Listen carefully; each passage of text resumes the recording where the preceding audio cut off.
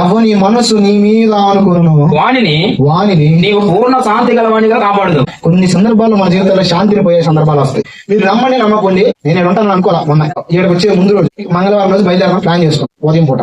సోమవారం అర్ధరాత్రి సడన్ గా మా అమ్మగారికి భయంకరంగా ఫీవర్ వచ్చింది. చలి జ్వరం ఉనికిపోతున్నా. నేను ఒకనే ఉన్న చూసుకోవడానికి ఎవరు లేదు. నేను అనుకున్నా ఇక లేదులే మీటింగ్స్ నేను లేదు పంపిద్దాం అని మనసులో వేదన పడతాను. అర్ధరాత్రి పూట దేవుడు మాట్లాడుతున్నాడు.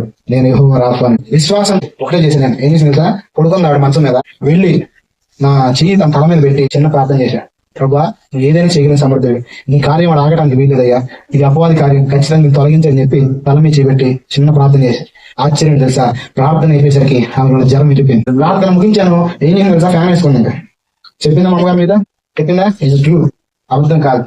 ఎవడి మనసు ఆయన మీద ఆనుకుంటుందో ఆయన ఏం చేస్తా తెలుసా, వాని పూర్ణ శాంతి కలవండిగా చేస్తాం కదా. అక్కడ ఏముంది, కాపాడుతాడు.